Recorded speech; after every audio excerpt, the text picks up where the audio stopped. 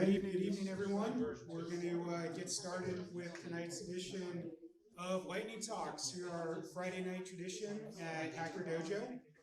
You can see who's going to be up. Please pay attention where you are in the queue so we can keep things going and on track here tonight. And welcome to the dojo. Anybody first time here tonight? All right, well, welcome, and please ask questions and say hello throughout the evening. If you didn't get a chance at some point, please do check in at the front desk. There's a little sign-in station where you can check yourself in, and it will give you a name tag. It looks just like that.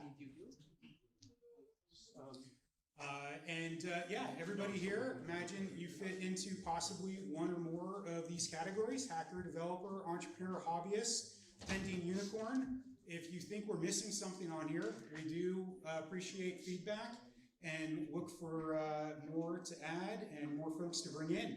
And of course, if you're not already familiar, Hacker Dojo is a 501c nonprofit. There is a website, hackerdojo.org, and you can get more of this information and talk to us about what's going on. We are driven by membership and support from the community. So you don't have to be a member to participate. One of the great things is a lot of events that we do are open, and you're welcome to come and join us. And we appreciate folks that are regulars coming on as monthly members, which really help keep the lights on and keep these events going and thriving. I'm also the volunteer coordinator. So I'm trying to help organize more folks to help run the space and make things happen. So if you're interested in helping out, you don't need to be a member, but we are looking for volunteers. Particularly, we're looking for folks to help out at the front desk. Be an awesome, welcoming face. Just say hello. You can sign in here. The bathrooms are this way. Yes, you did park in the right spot. Yes, the lights are on. That sort of thing. So it's a great way to hang out and get to know folks. You can totally set yourself up at the front desk with your laptop and Wi-Fi and kind of hang out there and do your work and talk to folks as well. And then also we're looking for volunteers for anything else that you think would be awesome to add to the space. I think we'll be getting a barbecue going. So that's another fine volunteer opportunity for folks to participate. And again, donations are a great thing. We have some pretty cool hardware. There's an electronics lab over here. There's a big laser cutter and other machines in the room here. A lot of different equipment gets donated as well. So if there's something really cool that you think you might want to loan or give to the space, or something that we totally should have, please let us know. And hey, Tiana. Tiana here in the back is our awesome event coordinator. So oftentimes she'll be the one here during the day, and if you have suggestions and things, she's a great person to talk to as well. And then we also have some Omnibots in the back, which are little wheel robots, so you can virtually visit the space and drop in as well. And then for members as well, you can sign up and get a laser cut name badge to help introduce yourself to folks. And these are totally awesome events that we did last week, and there's a whole bunch more that you can find online at our meetup under Hacker Dojo, as well as on the big flat screen up front. So with all of that, I think we're ready to get going. Oh, and our number one rule here is be excellent to each other. And please keep your talks to 5 minutes, and we'll try to offer up some Q&A as well. So we're going to go ahead and get started here. And yeah, why don't you come on up and give me one moment here to swap over your computer. You want to say hello and introduce yourself and make sure you're done. Hello, my name is Tom Dobroff. My startup has been called 21Geo, and I own the YouTube channel called Roll. And you'll see why that name in just a moment. But what I want to do today is I have a YouTube channel, and I put this video up earlier this week, and I want to get your feedback for it. Okay? So as soon as we're ready. Great. Here we go, guys.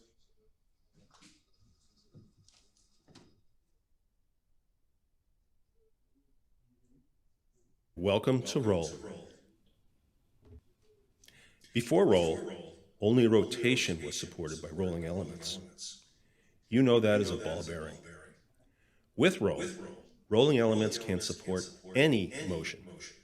Our rolling technology represents a significant breakthrough for mechanisms. offering improved design flexibility.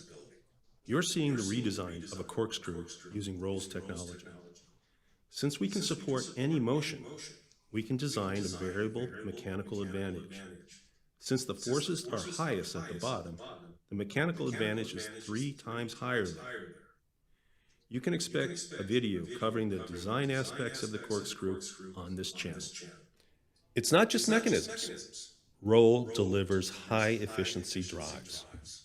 Our drives will rival LED light bulbs for global energy savings. The reason is simple. Everything in our drive rolls. Nothing slides. It has the efficiency of a bearing and the function of a gearbox. It's a substantial improvement from gears that slide, creating friction and energy losses. The small company Roll has considerable potential to help the environment. The sizable energy savings comes from the breadth of uses. It's relevant for anything that spins. Cars, EVs, robots, air conditioners, wind turbines, hydroelectric generators, home appliances, buses, trucks, and lots more. There are thousands of applications with millions of designs and easily a billion devices. Here at Roll, we are committed to showcasing our technology through this channel. Next, we plan a video explaining how Roll's drives outperform gears for energy efficiency. We will also provide videos explaining our technology and its capability. As we invent new devices, we will produce videos featuring them on this channel. And we're going to have some fun. Our technology can produce amusing and whimsical devices. Stay tuned as we unveil the potential of Roll's technology and how it can positively impact a wide range of devices and systems. Get ready for some fantastic mechanisms. There's a lot to look forward to from this channel. Hi, I'm Tom Dobroth, founder of Roll and inventor of Roll's technology. What devices do you think would benefit from Roll's technology? Tell us in the comments. Not only are we going to cultivate this YouTube channel, we're going to advance the technology. Up next is an extensive testing program. It's expensive. We plan to fund it through YouTube and Patreon. For this to happen, a large number of our viewers must like and subscribe. Please help us help the environment.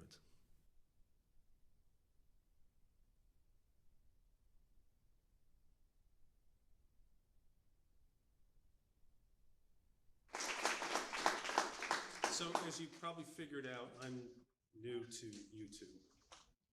This is my second try at the introduction video. I showed the first one here about a month ago. Okay, I guess I need to get closer to the microphone.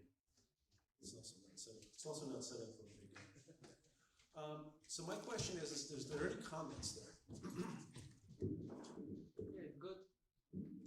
No, good replacement for bearing. It's,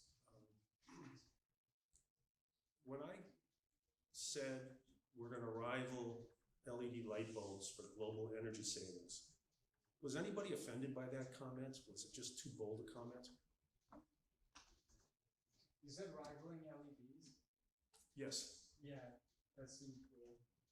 Just did it put you off?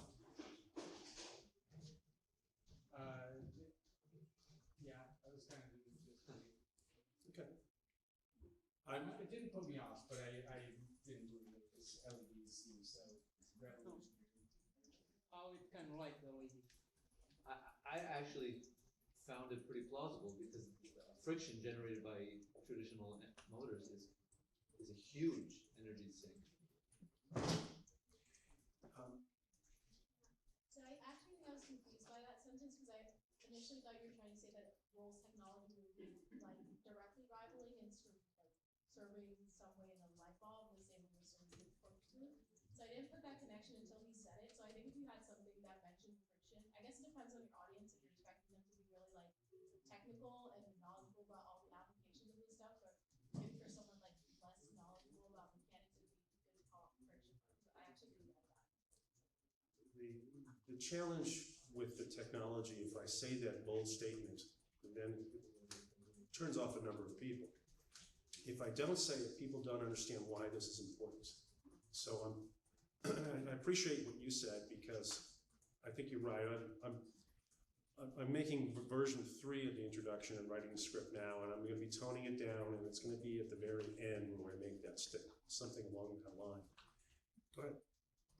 You need to put some real numbers in there. Say we compared this engine, traditional car engine, and this Stirling engine, and our new roll-based engine, and here's the amount of energy it takes to generate this much force. You cannot get the kind of data. I mean, this is, to get that sort of data set would take years to put together. You can't, you know, like I look at Tesla and they have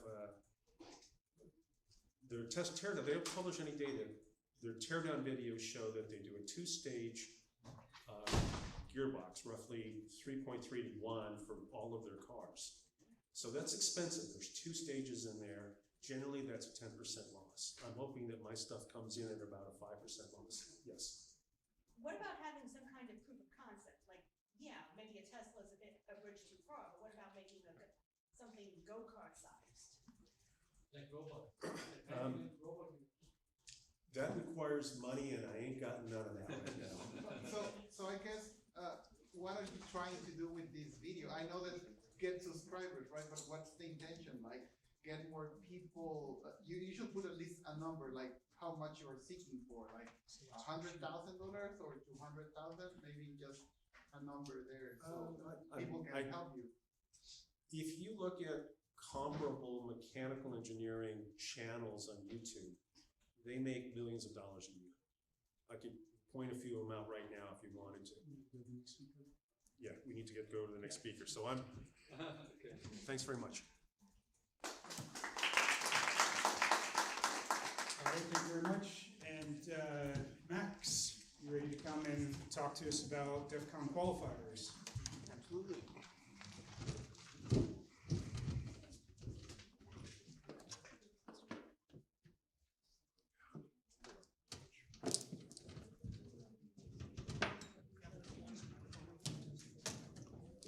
Testing.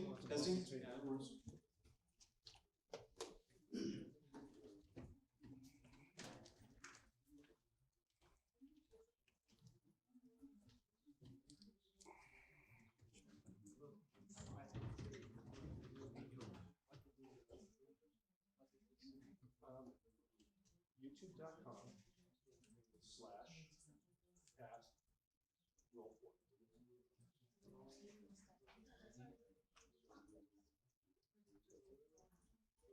CORP.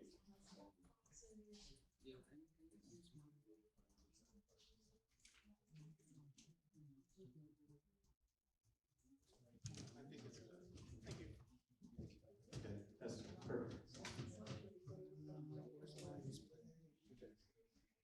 Probably multiple displays.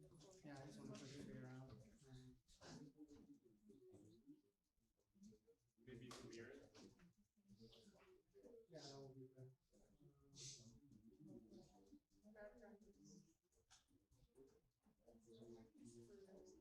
Display settings.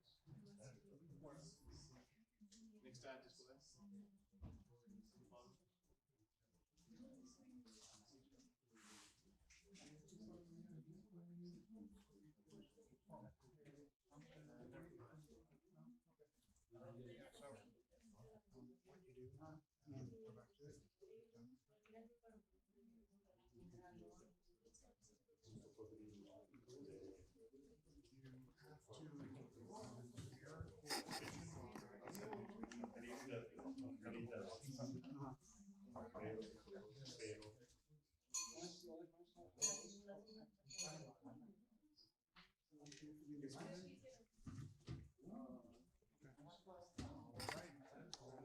Please stand up.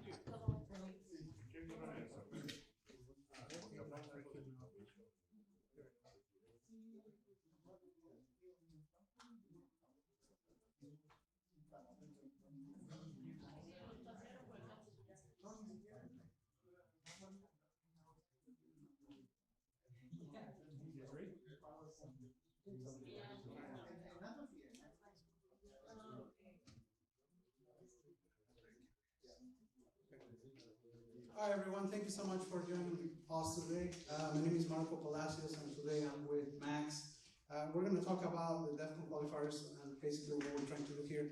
Well, before I pass it on to Max, in case you don't know me, I'm Marco. I'm one of the, I'm the co-founder and vice president of Pacific Hackers Association. Pacific Hackers Association, we are a non-profit organization. What we're trying to do here is solve many of the issues in the cybersecurity industry. Number one being, diversity. We want to have more women. We want to have more people of color. Also, we want to fix the education system because everything that is being taught in the cyber programs is not current or anything like that. So we're trying to teach you what's the right stuff, and obviously also the HR system, because now it's very possible that a junior position they ask for a CISSP, which requires a 5 years of experience. So that's one of the things that we're trying to do. We do have a lot of events that we come up with. Number one being the conference. So we've been having this conference at Hacker Dojo since 2018 at the location. We did it in 2019, 2020, 2021. We couldn't do it for obvious reasons. But we came back in 2022, last November, and hopefully we're going to come back this year again. And also we do a lot of joint events with other organizations, such as OWASP. So if you're familiar with OWASP, we also do that. And lastly, we have our meetup. So in our meetup, we do a lot of, that's where we try to teach you the right stuff. So you can literally take it to work on Monday or school or wherever the case is and apply that knowledge that you learn over the weekend there, okay? Our next meetup is gonna be on June 10th, and it's gonna be about hardware hacking. So if you're interested in hardware hacking or you don't know where to start, this is obviously the place to come and learn. And currently, we have as you can see on the classroom, we have a meetup where we're doing DEF CON qualifiers. So last year, we played first the DEF CON Red Alert CTF, and we want to do it again, but we want to go above and beyond. So that's the reason we're here, and Max is going to talk about it. Yeah. Hello. Thanks, Marco. Yeah, we're doing a bit of an experiment today. Actually, can you come over and use the mic? Yeah, I can.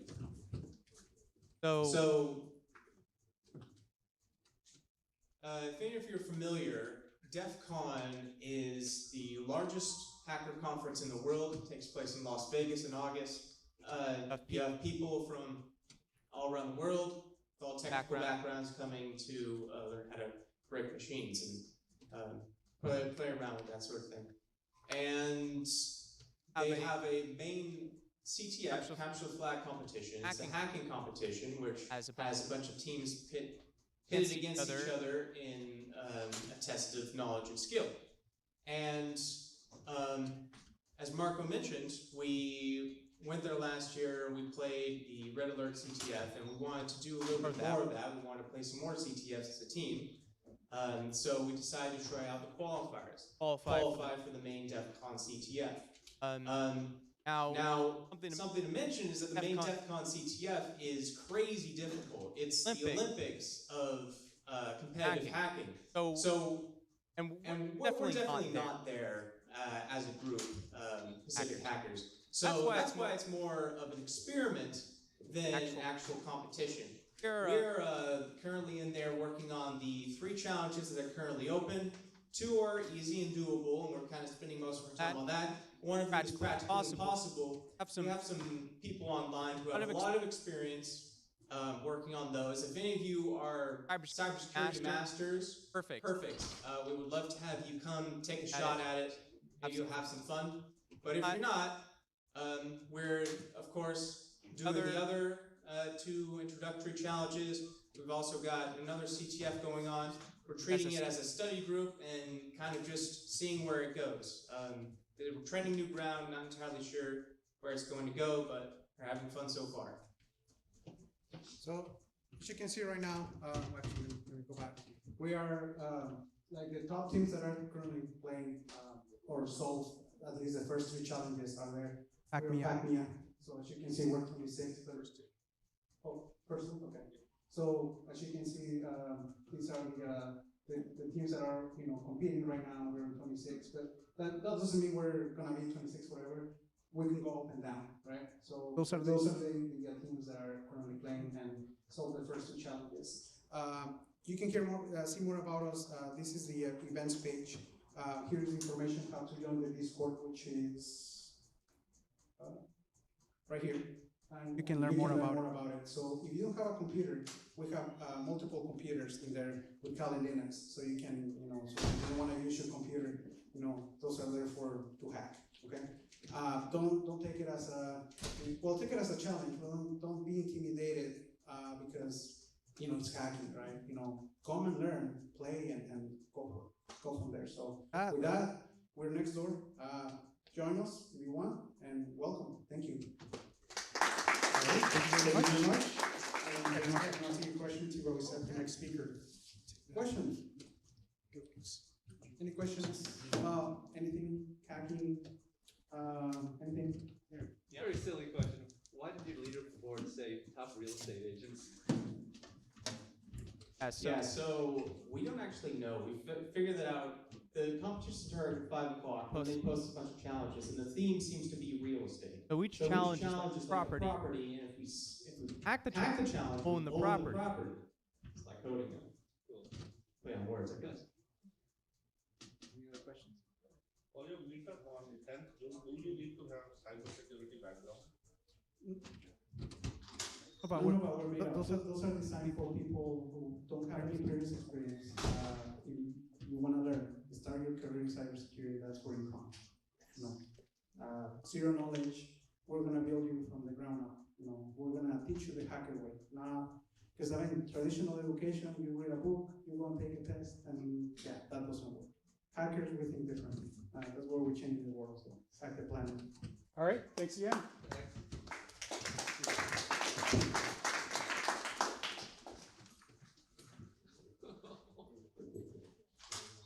Hello. Hi. This is Balaji here. I'm talking about the And pen brush is biohack. using hands as the brush to clean our teeth. But this one is just a proof of concept like thing. So this came Idea, from technically from Like insects, cyborg insects. They are doing some research on MIT. Where they use cockroaches. To send them with microchip where there is an earthquake or something to identify people underneath. So they are successful to identify based on the heat map. They can sense where they are. So based on that, I thought, why not use ants for our hygiene, dental hygiene. So ants are more intelligent. They have caves built under where it is thermodynamically very cool, and we Why not use this ant intelligence to clean our dental plate. So that is the one of the ideas trying to see any possibility in there. And recently they are using ants to detect diseases like cancer. So they are able to pinpoint 90% accuracy with the ants, these different diseases also. So that is possible using ants intelligence, as they call swarm intelligence. So they are using even for self-driving cars because they are more intelligent in not overriding each other. They go in a systematic way. They MIT are analyzing how they are doing it for autonomous cars also. So that way answer how we can use in a way. So if you take a black ant and house ant, that is more safe to use than the red ants, which is more dangerous. And they are fond of sugar.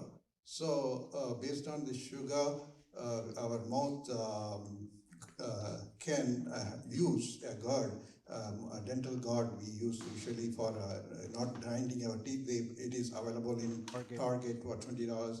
So this type can be converted into ant colony, where we can give them environment to feed on the sugar in our mouth. So that is one of the thing we can do to not expensive way of cleaning. Sometimes the dentist charge a very enormous amount to repair our dental faults. So that to prevent that, this ant colonies can be grown as a dental brush to clean up our debris in the mouth. So so we can create a silicon-based one which can be given colony like situation for them to work on. So when they move around, they can brush also, because it has a tiny silicons which activates as a brush. So nighttime we can wear, in the morning it will be clean. So that is the way, autonomous ways we can do using ants.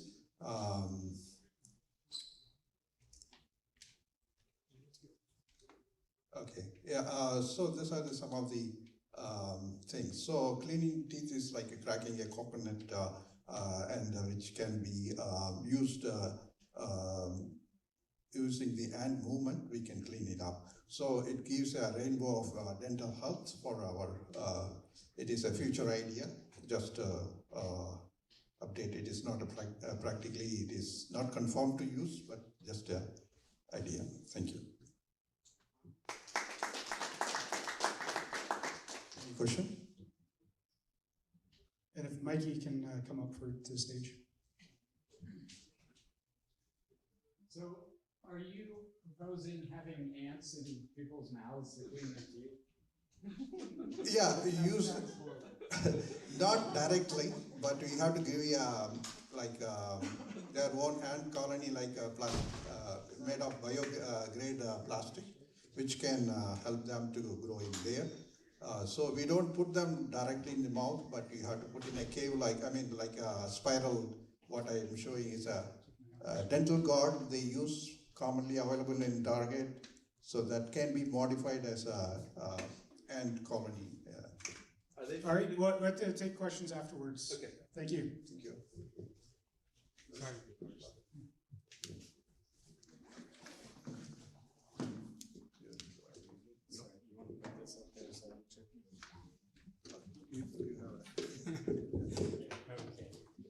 Hello, everyone. Are there any filmmakers or writers in here? Yeah? Any sci-fi? Yeah? Okay, cool. So my idea is, it's called Infinity Bound, and it's a space movie, but eventually want to turn it into a series and a game as well. And so right now, really early on, kind of just build world building. And I want to focus on aliens a lot, and so have different aliens, humanoid and not, and then focus on, well, look into their trees of life and their home planets and how their home planet would evolve them to have the certain traits that they do, and then how do those traits fit in with basically the Galactic Alliance, for how are their general dispositions towards each other. And then some really just interesting, like, I guess, science tools in there. Like, one is faster than light travel, and foregoing the time dilation problem of going near the speed of light by quantum tunneling. And so basically this key technology is neutrino cameras, basically, that can image things extremely precisely. And so when they get that extremely precise picture of, let's say, their momentum, it spreads their position, wave function, smoother, it spreads it out. And so the idea is use hand wavium to amplify the, the probability amplitude of its wave in a different position. And so have it just quantum tunnel there and not necessarily have to, have the universe fly by when they go near light speed. And then one cool thing doing that in atmosphere, I imagine it to basically, it would like push the air away like faster than light almost. And that would cause this atmospheric wave. And then this is where the numbers don't really work and it gets sci-fi. But basically it would all like, I get, what's it called? Interfere constructively on the other side. It would collapse on the other side of the planet and create basically I have a gamma ray burst, something like that, some extremely powerful event that is then used as a weapon once we find out this glitch of the traveling mechanism, the FTL traveling mechanism. So these are just like, I guess, examples of things in it. I study physics and I'm super passionate about physics, and I'm also like a creative, and so I want to find a way to bring that and bring my love and joy for physics and science to people. And I'm an actor as well, so I want to, I think I see within film it's so wide open to do whatever. You know, with sci-fi, you don't have to be exactly correct. It doesn't have to be reproducible in different labs. You know, you can kind of make stuff up and just have fun exploring the ideas. And so I'm kind of in the process of making this, coming up with it, but also finding a team of like-minded people to bounce ideas off of and grow it into something that's like worth presenting more, you know, officially with slides and pictures and stuff. So that's my thing. Thank you.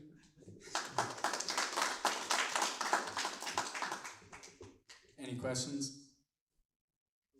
Comments? How you wanna now, like for example, you found people who were interested in how you wanna just do interactive video like in real life, or what is your step? What is my steps? Doing stuff like this, trying to meet people who are interested and would like to talk about it and shoot sci-fi ideas off each other. But See you're if it trying works. to make a movie of this idea, right? Yeah, Okay. yeah. So people in filmmaking, especially who have been in it and also want to like tell stories. Do you position, yeah? Like, do you creating something real, like, or just movie? Yeah, so it would be a movie and then plan for a series and a game. So I'm trying to design the whole world out to be expandable into a series and very much to have a rich range of lore that can be built up by the community off of it. But I'm a big gamer, so I want to make a lot of cool stuff within it that would be interesting ideas and game mechanisms to explore in a game. So it's, you know, that's on down the road. Right now, it's really just the beginning of world building, seeing what is this universe and all this crazy stuff. Hopefully it'll happen. All right, well, thank you. Thank you.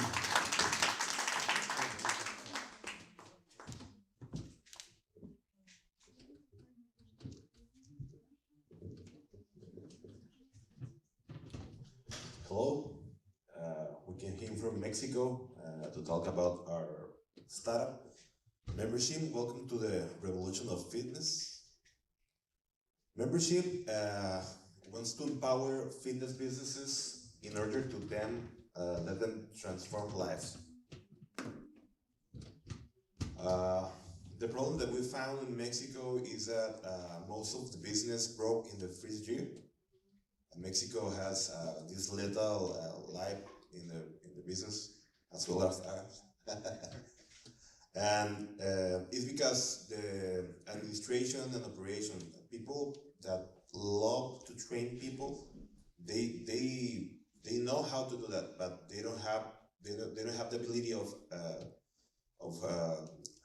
saving money, or they don't know how to grow their business, right? So our solution is a software made specifically for fitness businesses. The solution has the income. You can administrate your members. You can with your products. It's like a point of sale. You can get the access with biometrics and with QR code. Also, you can make the schedule of the classes, and you can bring the different classes and charge the money in the platform. So people, they don't need to give you cash. They can do it in the credit card. The mobile app is used not only for the QR code, but also they have a gamification difference. You can compete with the other guys and girls in the team.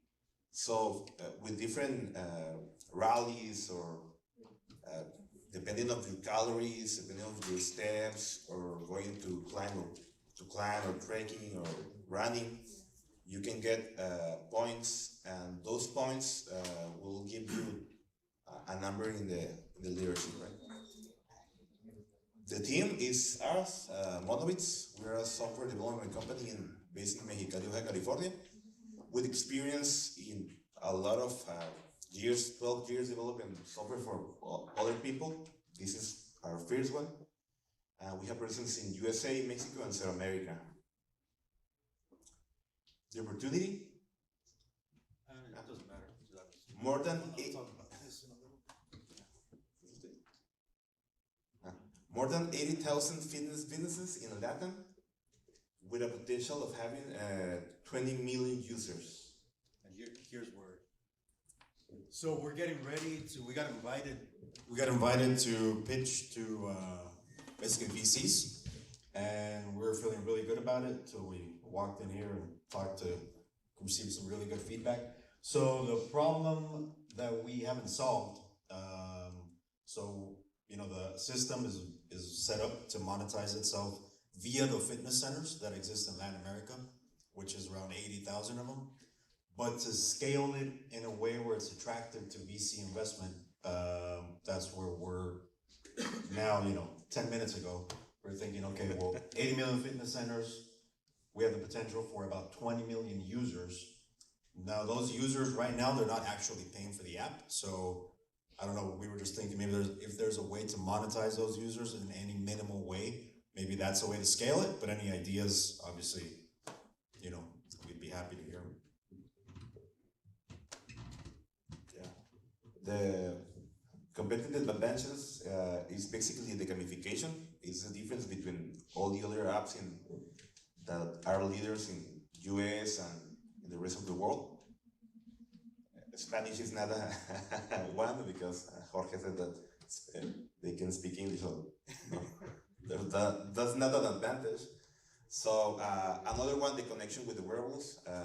They don't connect with the wearables, and they don't get data from your wearable.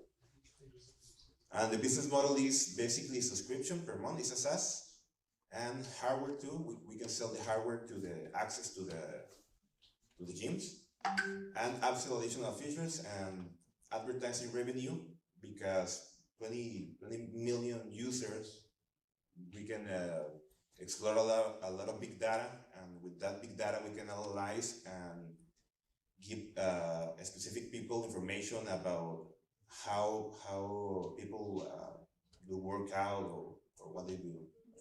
Larry? Okay. Thank you. Thank you.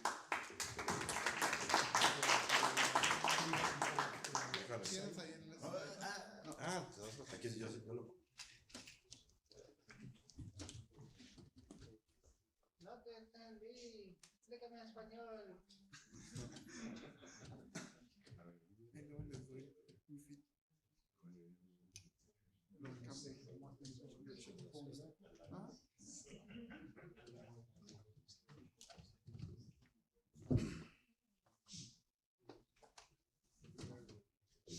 Hello, everybody. My name is Juan Munguia. I'm the co-founder and CEO of M Aerospace RTC, and we're building the next generation of large-scale metal 3D printing technology. A little bit of my background. I'm an aeronautical engineer with a master's on aerospace design and focused most of my career developing several 3D printing technologies. Actually working on the industry, we started looking that the metal 3D printing industry was a huge market and is estimated to be worldwide an industry of more than $350 billion. But actually, did you know that to build a rocket probably will cost you more than $100 million and it will take you more than a year to manufacture all these components? So that's actually why most companies are trying to implement new technologies such as 3D printing to speed up the process, but also to lower the manufacturing cost. And that is actually what at AIM Aerospace RTC, we developed the first world's large metal 3D printer called Armdus 2.0. So with our technology, we can print very big parts. We can build all the way up to 30 feet long metal parts. We can print up to 50% faster than our competitors and even 20% cheaper. So what's unique about our metal 3D printing technology is that basically we can build large structures. We can also combine several materials like half aluminum with half titanium, and also we can use it for repair applications. Also it comes with an augmented reality platform to track in real time how the parts are being manufactured, inspected, and assembled, right? So also we provide our customers with assistance about how to do a 3D printing part. And I will just skip this. So we have several customers already using our technology. Most of them are on the aerospace industry, but we have some applications on the medical, as well as the automobile industry and oil and gas as well. So of course there's competition. The metal 3D printing is a huge market, but what is unique about our 3D printing technology is that we can build very large parts with a high detail. So we can build all the way up to 30 feet long and with a precision of 10 microns. That's basically the size of your human hair, and at a very reasonable price. So how are we making money? We're selling our metal 3D printers for $200,000.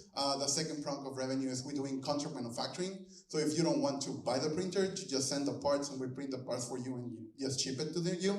And then the third prong of revenue is we charge $5,000 to our customer every 6 months just to keep the printers running. And also we sell the materials that goes for the printers. So far we have delivered 4 metal 3D printers. We're producing 6 right now. Our manufacturing facility in Mexicali. We have another pipeline of other 4. Actually, these numbers have been updated recently on this month. So last year we make around $1.5 million in revenue. This year we probably will make around $3 million. And we just received a DoD contract, so that's the reason actually why I'm here, trying to pitch you guys and try to help you scaling us the business. We're based in Austin, Texas, and our manufacturing facility is in Mexicali, Baja California, Mexico. We have a great team full of mechanical engineers, aeronautical engineers, and with great experience on different companies. And we also have won several awards. And right now we're seeking $2 million investment to grow our business. We already have $1.2 million committed. This is an equity round. So I'm here pitching Silicon Valley to talk with some VCs. And if you guys know anyone who will be interested in this deal, please let me know. This is an equity round, pre-money valuation of $50 million. So it's a great chance. And we have also great investors that already are part of this great company. So thank you very much. And if you have any questions, please let me know. Thanks.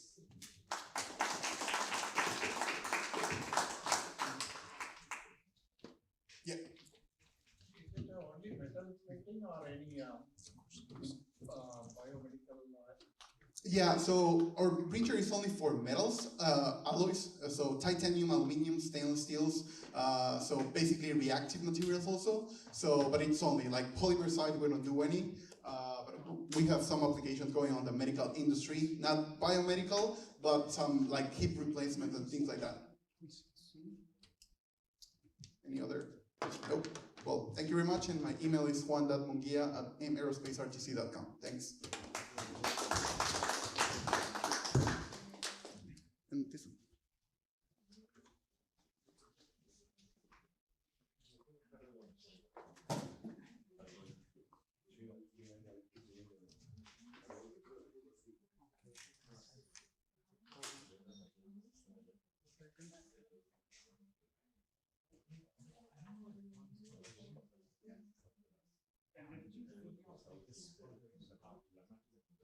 Is Doug from Sports Tech here?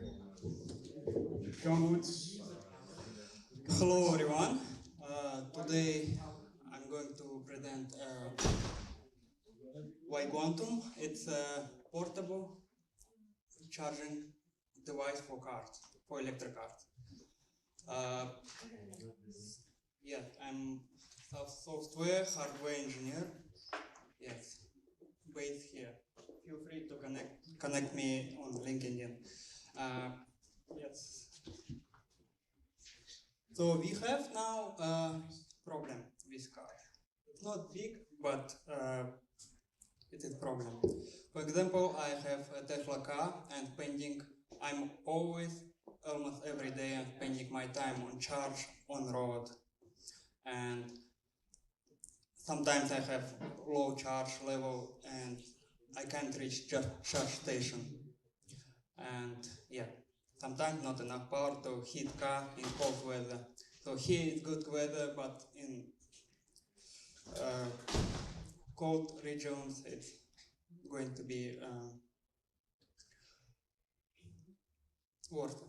Okay.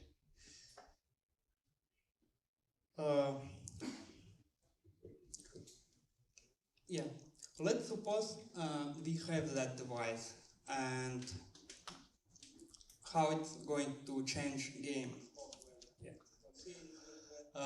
Yeah, we have that device. Next level portable electric car charger. Yes, it's removing all the problems. So we don't have to worry about our charge.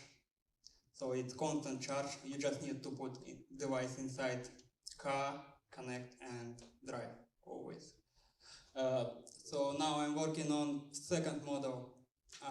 It's almost 3D, but yeah, first model I presented last time. So now I'm going to just present a video of device.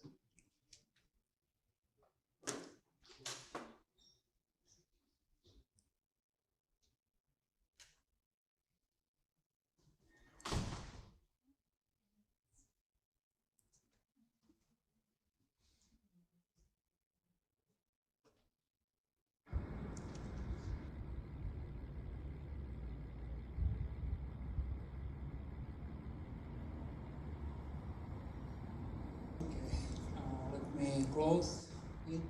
This is I did demonstration in Palo Alto when it was some meeting speech. So I will explain how it works. Instead of traditional charging technology, I'm using here magnetic propulsion charging approach. And so usually charging devices charging with constant charge. But instead of this, I'm charging with pulses. So I created a small device and yeah. In process of charge, in process of work, device creating resonance and harnessing 10-15% of energy from radio frequencies. And finally, we have efficient device, which consuming low amount of energy. Yeah. Yes. Okay. Time. I think in future it can be part of the car if, right now, like I'm just doing like what I love. Yeah. And so it's also scalable to robotics. Let's suppose robots like in movie, they have inside device which can which can power them constantly. Aerospace and this device also improving solar system. So if you connect to solar, it instead of daytime, it will charge 24 hours. Yeah. Let's build a bright, good future together. Yeah, thank you. Do you have a question?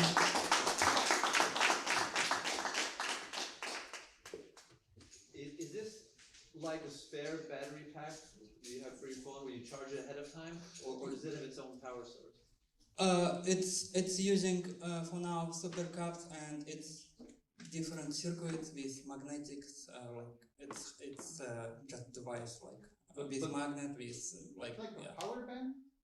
No, it's you can use together any battery, but it's just pulsing approach, like it's propulsion, like pulse charge.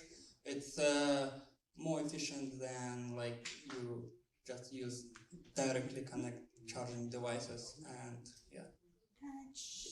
Where is the energy input from? Is it solar? Is there a crank? Energy. So when the device work, like in. So let me just go back. Okay, sorry, it's late. Yeah. Okay.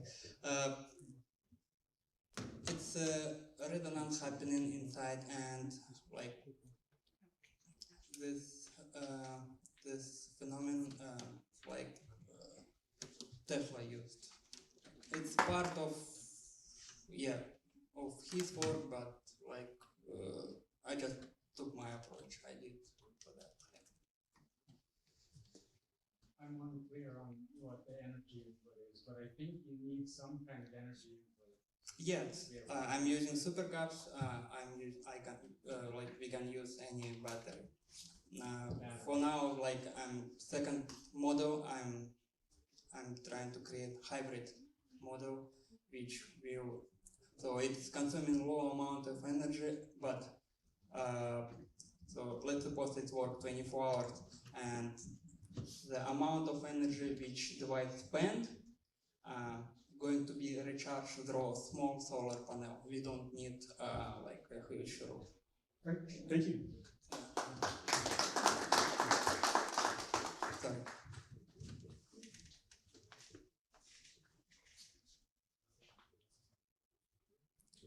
No introduction necessary, I suppose? So. All right then. Hello again, Hacker Dojo. Yes, so get this thing to actually start playing. Just so we can get the timer started on it properly. And yes, so I have been, spending the last couple of months on and off trying to work on this teardrop trailer project that I have been dealing with. I had just to give you the quick overview from last time, I had purchased somebody else's half-finished project, and I'm starting to see why it was a half-finished project up for sale, just in terms of they had gotten this far on the wooden construction and sort of lost steam on the rest. Since the last talk, I have started applying some of the fiberglass, both on the inside in terms of the insulation, which you can kind of see here, as well as the outside. This is the start of the poor man's fiberglass, mostly the glue and canvas part on it. Yeah. So after going ahead and finishing tidying up some of these holes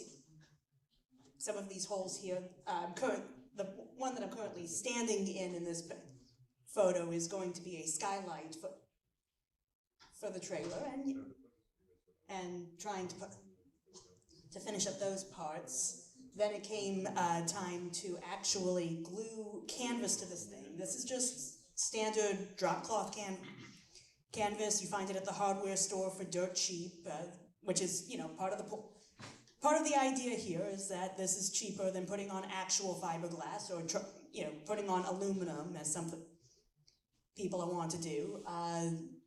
There are a few limitations to it. You can start to see a few wrinkles forming within the structure, which I'm sure are going to be the bane of my existence as I start trying to cover them up with more and more layers of paint and everything else. This is just how it looks, before all of the gluing, which is why it looks all white and pristine, and the glue has sort of yellowed into what it currently is now. In fact, I'm sort of paying for a couple of those design decisions. specifically, as you might have seen in that first photo, just dealing with painting around the wheels was annoying as heck. So right now, I'm currently dealing with that. I've also been getting some unexpected help, which has shown some errors in a few of my calculations. Namely, my partner got involved, and my partner has done enough electrical work in people's houses that they want to treat the trailer like a tiny little house, including tiny little fuse boxes and for some reason purchasing tiny microwaves. So yes, this is somehow supposed to be in there. He swears it's going to go inside his home office if it doesn't fit in the trailer, and I get the feeling that may happen.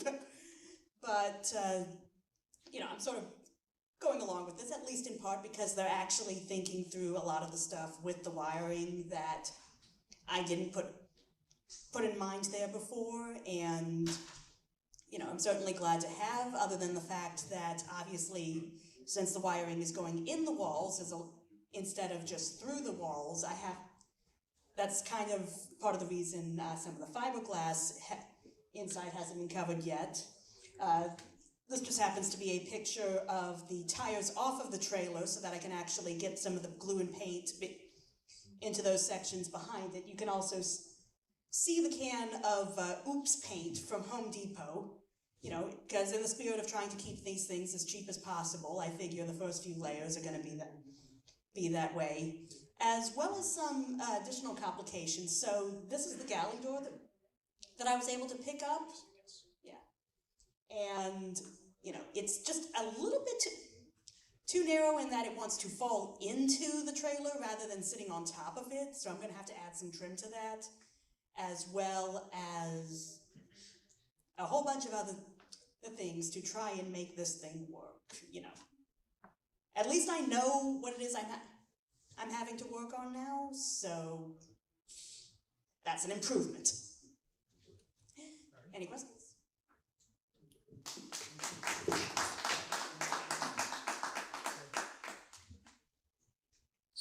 Seriously, any questions? Are you planning to put like seals on it?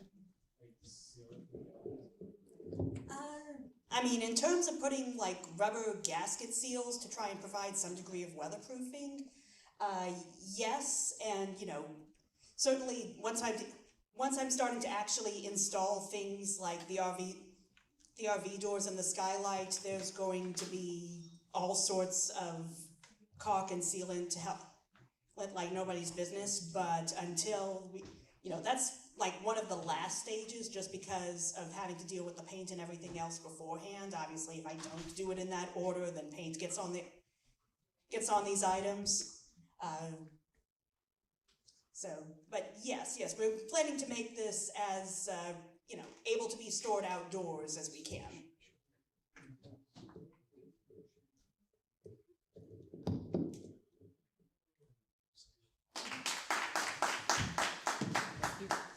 All right, thank you so much, Ray. So we got just a couple more presentations for you here, and thanks everybody for hanging out and joining us. We do have a bonus presentation from Blockchain John that I hope you stick around and watch as well. And then we'll be able to take some more questions and Q&A outside. Let's go in here. Well, do you want to do an intro? Let's see if I can get it straight on here. Hey guys, thanks for having me here. My name is Doug Hugendijk, and I'm with Movement Health Science. Our company is Engineering for Athletes. I have a PowerPoint that I'll show here in a second. We're actually right across the way, and we launched right in the heart of the pandemic, and we're now 3 years there.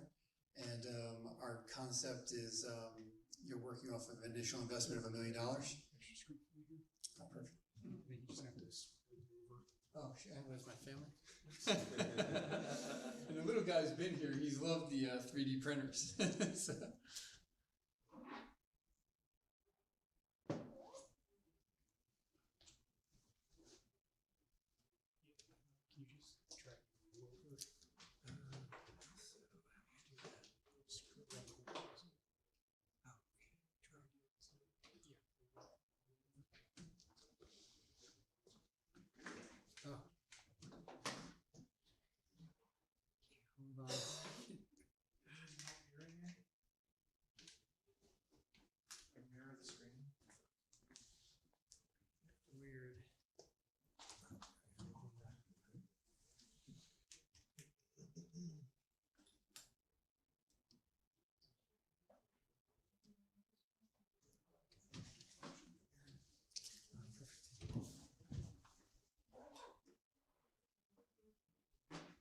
that's great. Okay, so now we're working.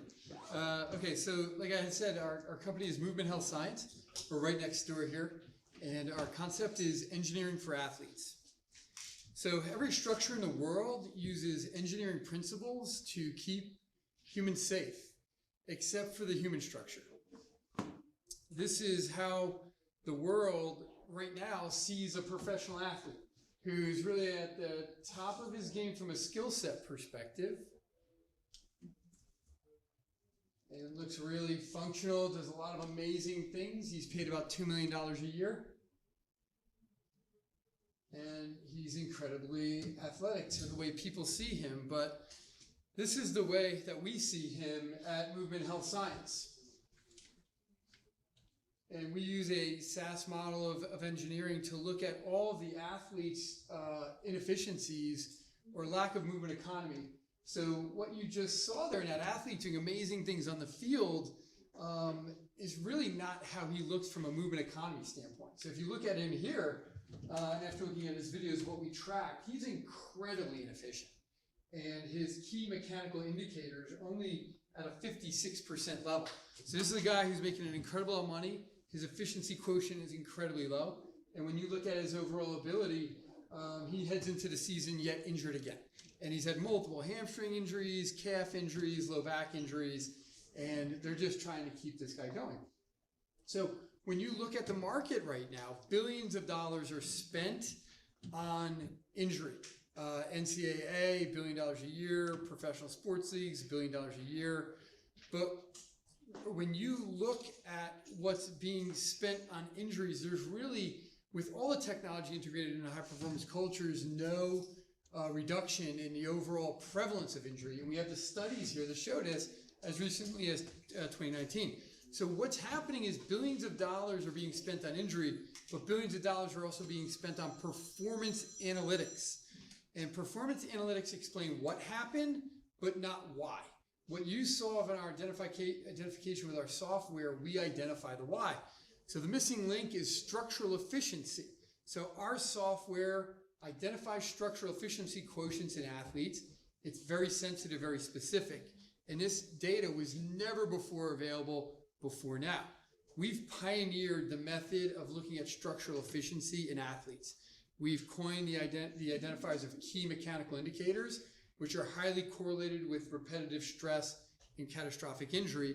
Our method was really built on the foundation that the department I led at the University of Southern California in performance biomechanics. And year to year, we brought the injury rate from ACL from 30% to 3%, and then a year on, year out reduction overall prevalence to athletic medicine by 50 some odd percent.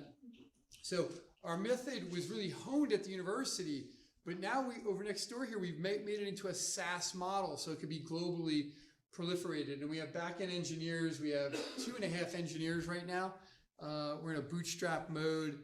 So everybody's working with us as a part-time hustle. But when you look at the ease of our motion capture right now, which is really the hallmark of our platform, is you just simply use any handheld device to record the athlete's movement characteristics, which are real movements. Every athlete runs. Every athlete has to load from a single leg standpoint. You upload the data into our cloud platform, and then simply after progress on the back end or processing on the back end in the cloud, the athlete gets their reports, which identify all their energy leaks and all the deficiencies in their athletic structure. We have a lot of traction right now. We have our first professional sports team contract with Sporting Kansas City, but we're in a pre-beta mode right now in function.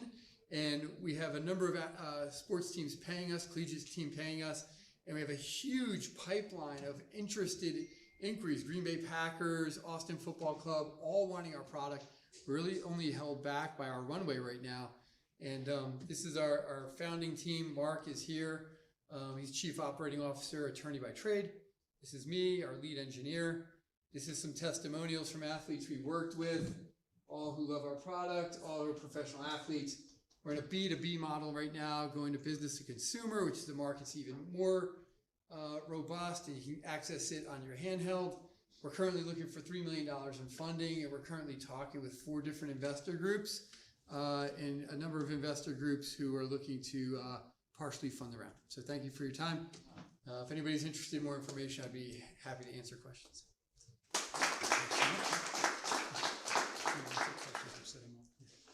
Yeah, sure. On behalf of the YouTube chat on Docs and Ann, they're kind of curious, is there any market for the senior citizens market?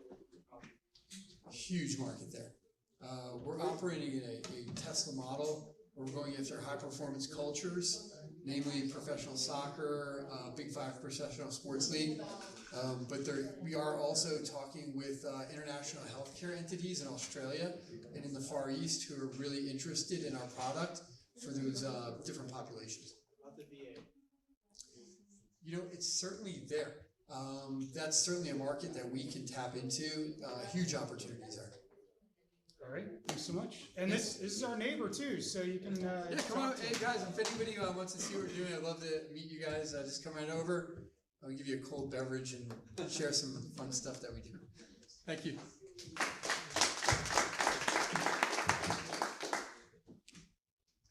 Good night to everybody.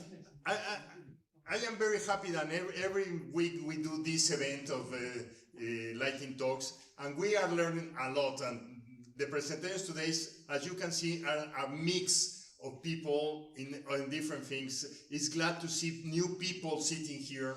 And one of the questions that we have here in the Hacker Dojo, and we are inviting you to help us, how should be the next generation of the Hacker Dojo? Is for a lot of you are people that are the first time, for other people are people that has been here several times, and we would like really to ask you, how should be? We are talking about hacking. One of the things that happens here in the Hacker Dojo is we try to explore how to do things in a different way than is used to be done. We share a lot of knowledge. We teach. We have a lot of seminars, a lot of activities that is the way to really prepare and develop skills for everybody. We're building things. As you can see, there is several people that are showing new things, but here you can take courses about how to build robots, how you build applications in machine learning, and everything of this is focusing what? We want to do innovation.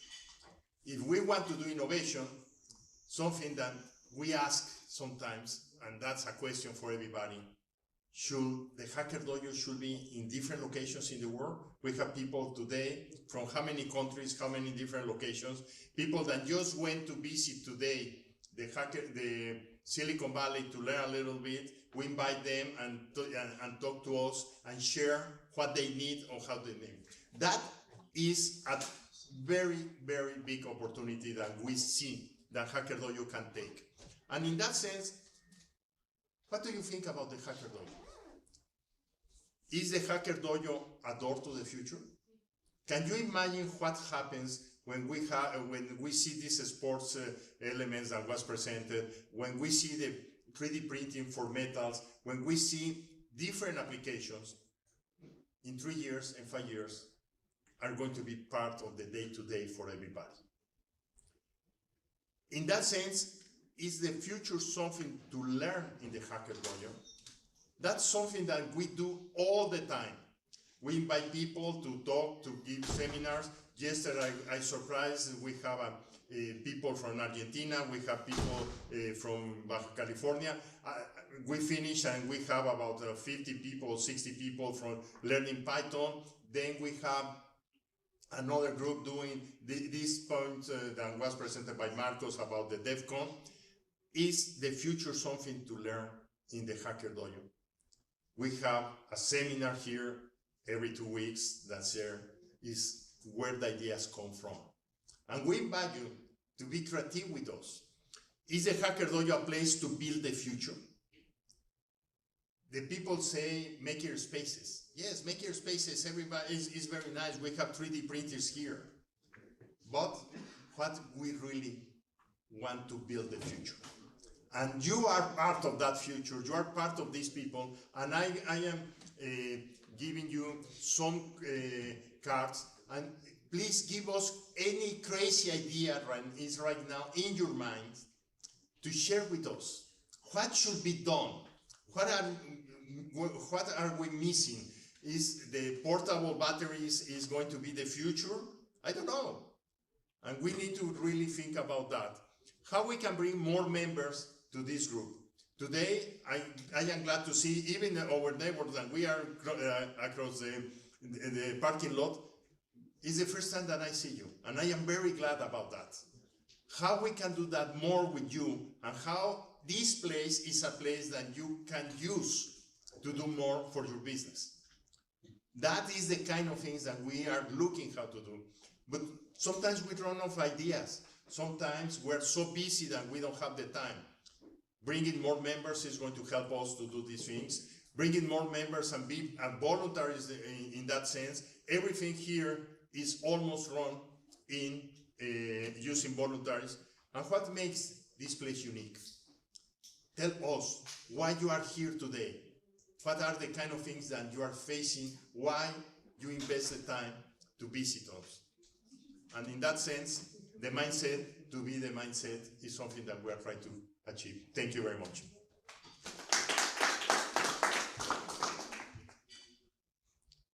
All right, we got one more presentation for you tonight. Blockchain John is going to come up and talk to us about Bitcoin.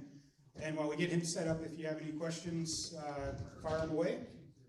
And also let you know, we've got the CTF from the DEF CON folks going here in the classroom. And I hope you come back and join us any given Friday. And this gentleman here, Blockchain John, has been doing a great job Friday after Friday, making this thing happen regularly. Really appreciate the effort and the fact that we're doing it regularly now. And if any of our night owls, this is also going to turn into dark mode. So anybody online who's not here, you still have time to come over and hang out and get your code on. And there'll be some hot food still out in the parking lot as well. So you ready to take it away with the last talk? Yes, thank you, Ann, for the motivation. I'm up here, thank you. All right, really quick, I just wanted to, who knows what Bitcoin is? Raise your hand. All right, cool. All right, that's good, all right. Little Bitcoin history, I just put this together real quick in the past hour. Let's see, the history of Bitcoin. Bitcoin white paper was published on October 31st, 2008. That was activated by anonymous creator Satoshi Nakamoto. By you? It was, okay, great. Dr. Craig Wright claims to be Satoshi Nakamoto, but he's unable to move those original Satoshi keys. All right, there will only ever be 21 million Bitcoin created. The smallest denomination is called a Satoshi, and in each Bitcoin there's 100 million Satoshis. Bitcoin uses a SHA-256 algorithm as its proof of work consensus, and that proof of work provides the blockchain security, and it provides the miners a reward in Bitcoin. The first batch of Bitcoin rewards was started from January 3rd, obviously from the Genesis. And every single block people would earn 50 Bitcoin up until the halving on November 28th, 2012. It was cut in half to 12 Bitcoin, and July 9th, 2016, cut in half again at 12.5 and 6.25 on May 11, 2022.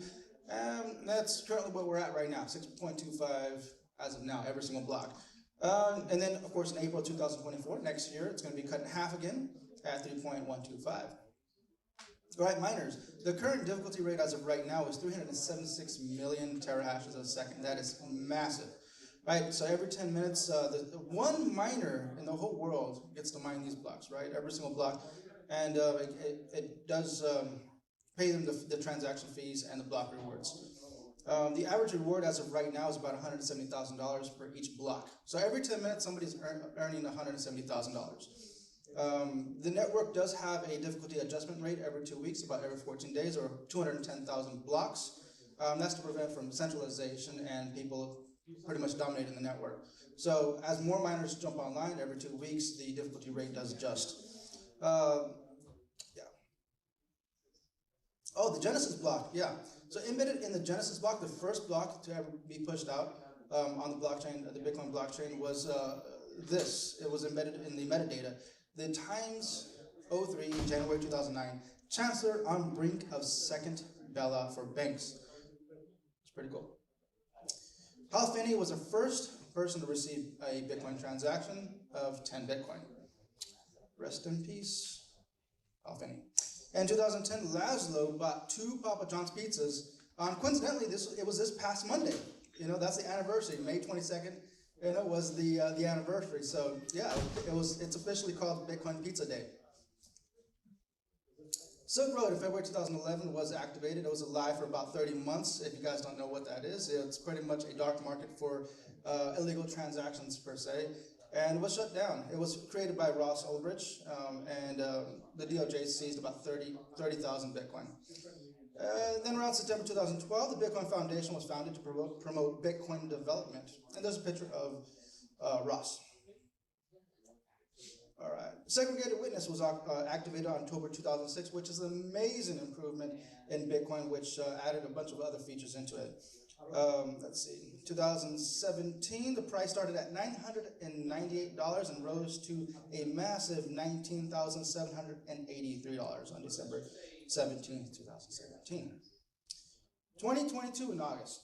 All right, MicroStrategy invested $250 million in Bitcoin. Is this going down? I feel like this is going lower. MicroStrategy invested $250 million in Bitcoin as a treasury reserve asset. In October 2020, Square placed approximately 1% of its reserves or its assets in Bitcoin, and PayPal on November 20th announced that it could buy, hold, and sell Bitcoin. In November 2021, Taproot was activated, or it was added to the Bitcoin protocol, and that added the feature for Schnorr signatures, smart contracts, and the Lightning Network, which is a big thing. If you guys don't know what the Lightning Network is, that is awesome. Let's see, 2021. Let's see, the SEC approved ProShares, the ETF. Yeah, so it's a futures ETF that was activated. Bitcoin El Salvador became legal tender, and same thing with Central African Republic on April 27th, 2022. And then May 10th, Do Kwon Terra, UST, just collapsed the whole economy, the whole crypto economy. Everything went down because a lot of companies were over collateralizing. Celsius Network, Theros Capital, Voyager, Genesis, BlockFi, FTX, and a bunch of others. All right, and the newest thing as of right now, 2023, is Ordinals and Nostr. They are amazing platforms. Check them out. That's all I have. You guys want to check me out, Blockchain John. I do have a podcast called Cryptocurrency Chat, and the company name is C3 Media. That is our coin trade. And that's all I have. Thank you guys for listening.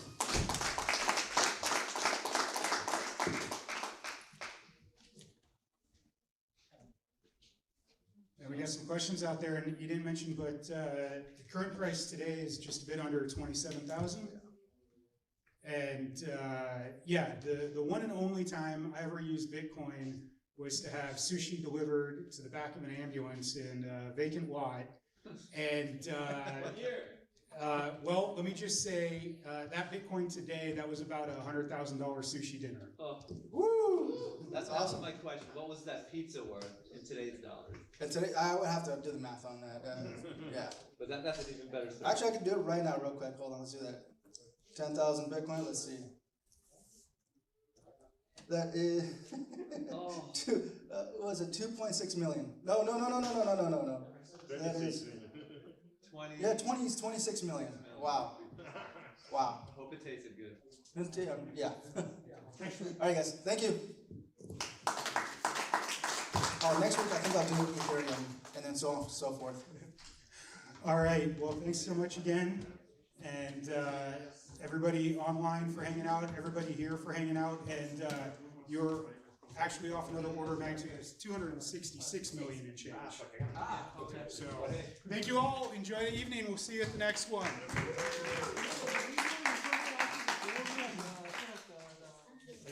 So tough, dude. Ideas were not the problem.